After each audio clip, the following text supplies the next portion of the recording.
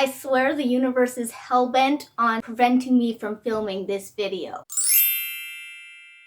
Problem after problem after problem, but not today, universe, not today. One of those many problems that the universe has been throwing at me is that I do not currently have access to my camera. I'm filming this video on my phone. I have a selfie stick precariously attached to my tripod with several elastic bands. Anywho, hello and welcome to my spoiler-free review of the Throne of Glass series by Sarah J. Maas. This series has been my favorite series for quite some time now. It's getting kind of pathetic, actually. I've fallen in love with all of the great characters in this series. I'm pretty sure I started reading these books in grade 8, which is the beginning of high school in my school district, and I was obsessing over them all the way through till grade 12. So yeah, I've been with these books all the way through high school. I really need to find a new favorite series like ASAP to fill the Throne of Glass shaped hole in my heart. The story and the characters of this series go through quite a few changes throughout the course of this series. The first few books are really nothing like the last few books. It just has a completely different feel and a different tone, and the story and the characters have evolved so much. Some people consider those changes to be a good thing. Some people don't like the changes.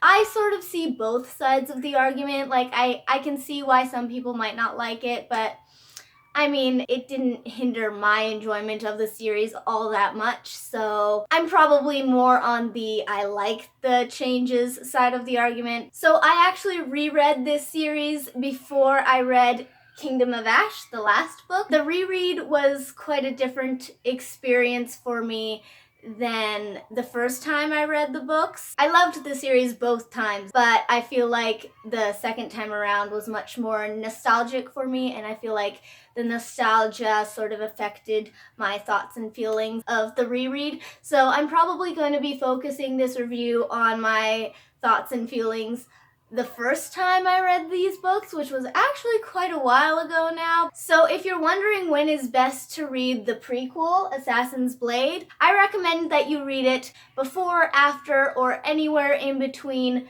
the first 3 books. I don't think it really matters when you read it, just as long as you read it before you get to Queen of Shadows, because Queen of Shadows sort of references it a lot and brings back some new characters, which is exciting. If you don't read the Assassin's Blade before Queen of Shadows, your understanding and enjoyment of Queen of Shadows could potentially be hindered a little bit, maybe. I'm going to be talking about these books in the order of how I read them the first time around. So the first time I read this series, I read The Assassin's Blade after Arrowfire. So the first book of this series, Throne of Glass, follows the story of Celaena Sardothien, who is the land's most notorious assassin. She has spent the past year in slavery in the salt mines of Endovier, and at the beginning of the first book, the prince recruits her to compete in a competition to be the king's champion, which basically means like the king's personal assassin. The love triangle in the first few books of this series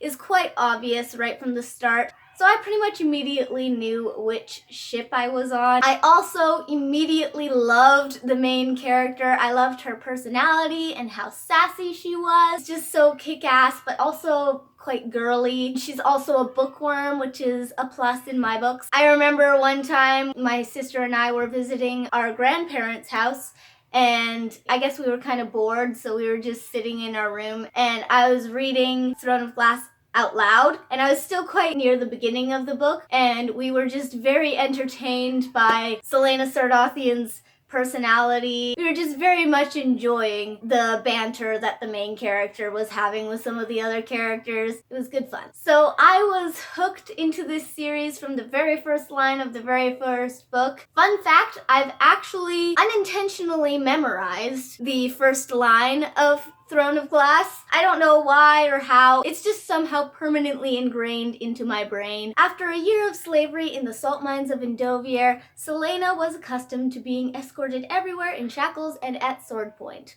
Or something like that, I think. So yes, I enjoyed the first book, but I didn't really get sucked into the series until I read the second book. So if you read Throne of Glass and you didn't love it and you're questioning whether or not you should continue on with the series, I highly recommend you give the series a second chance and pick up Crown of Midnight, because that was the book that really got me hooked into the series. Crown of Midnight has a couple of plot twists, and the very end of Crown of Midnight really kicks off all the big changes that happen later on in this series, which leads me to Arrowfire, the third book. So in my opinion, I feel like Arrowfire is sort of like the transitional book, because by the time Queen of Shadows comes around, the characters and the story have evolved so much since Crown of Midnight. A lot of new, lovable characters are introduced in Arrowfire. It's told in multiple point of views, and there's multiple storylines happening all at once. I usually don't really like books that follow multiple point of views, because I like to just get invested in one character. But in this case, I didn't really mind it, because we had already gotten to know the main character of the series throughout the first two books, and so I feel like adding in a couple more characters and points of view in the third book was kind of okay for me, in this case anyway. So yeah, I think Arrowfire might be my favorite book in this series.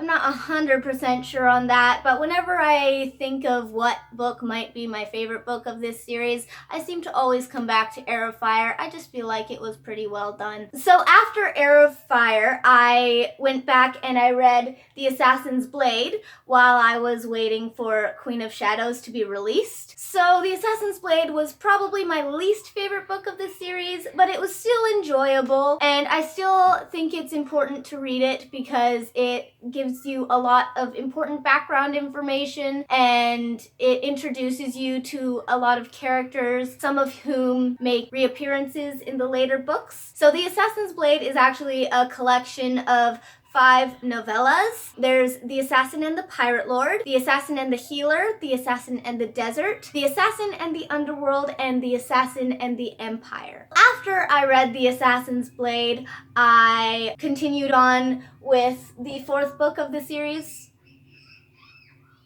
Yeah, the 4th book of the series, Queen of Shadows. Like I said, by the time Queen of Shadows rolls around, the story and the characters have evolved a whole lot since Crown of Midnight. I feel like Queen of Shadows is sort of like the beginning of a whole new story almost. Like, it's all part of the same series, but I feel like after Arrowfire, the story and the characters are just so different from the first 2 books of the series, and Queen of Shadows is the first book in the series that brings back old characters from The Assassin's Blade, and it references things that happen in The Assassin's Blade, and so that's why I think it's important to read The Assassin's Blade before you get to Queen of Shadows. So after Queen of Shadows comes Empire of Storms, and this is another book that brings back details and characters from The Assassin's Blade. I also feel like it's maybe probably the steamiest book in the series. If you like romance, but not so much romance that it overpowers everything else and it's like the main thing, you know, I think this series is pretty good for that. Also, I think Empire of Storms probably has my favorite cover of the series. That's kind of irrelevant to the actual content of the book, but just look at that cover. It's so beautiful. I love it so much. Then again, I really like the gold of Kingdom of Ash, but I don't know. I still think Empire of Storms is probably my favorite cover. So Empire of Storms ended on a huge cliffhanger, and all I wanted to do after reading Empire of Storms was read the next book that follows the main character's point of view, but Sarah J. Maas decided to torture us. She came out with Tower of Dawn, and the main character, who has been in the books all through the series until this point, is not actually in Tower of Dawn, and so we had to wait an entire extra year to find out what happens to the main character in Kingdom of Ash, which...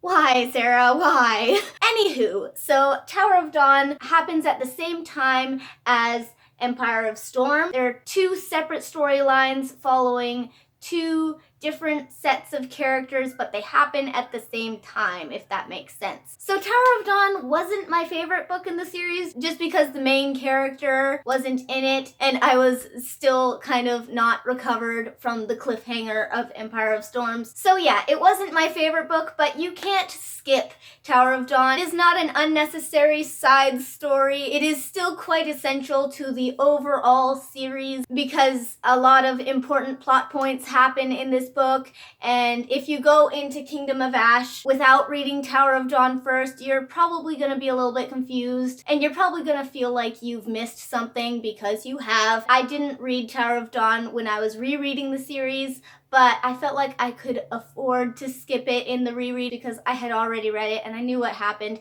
and I was on a bit of a time crunch and I wanted to get to Kingdom of Ash. So Kingdom of Ash is the last book of the series. I was so hyped for this book just because Empire of Storms sort of ended on a cliffhanger, and then Tower of Dawn came out instead of the last book coming out, so I had to wait even longer for Kingdom of Ash to come out. But if I'm being perfectly honest, when I actually did get a chance to read Kingdom of Ash, I was actually kind of disappointed. And I feel kind of bad saying that because I wanted to love it so badly.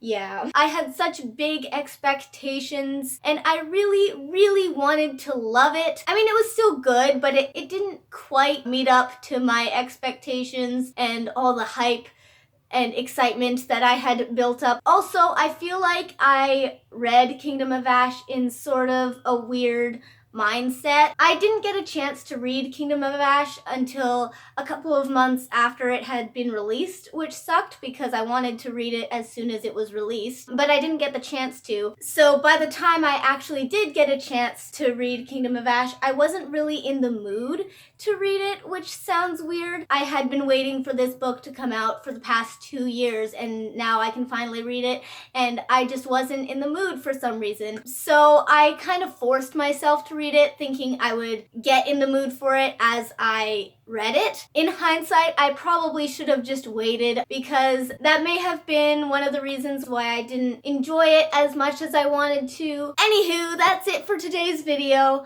I hope you enjoyed. I'm also planning on maybe doing more in-depth, spoilery reviews of these books sometime in the future. Possibly.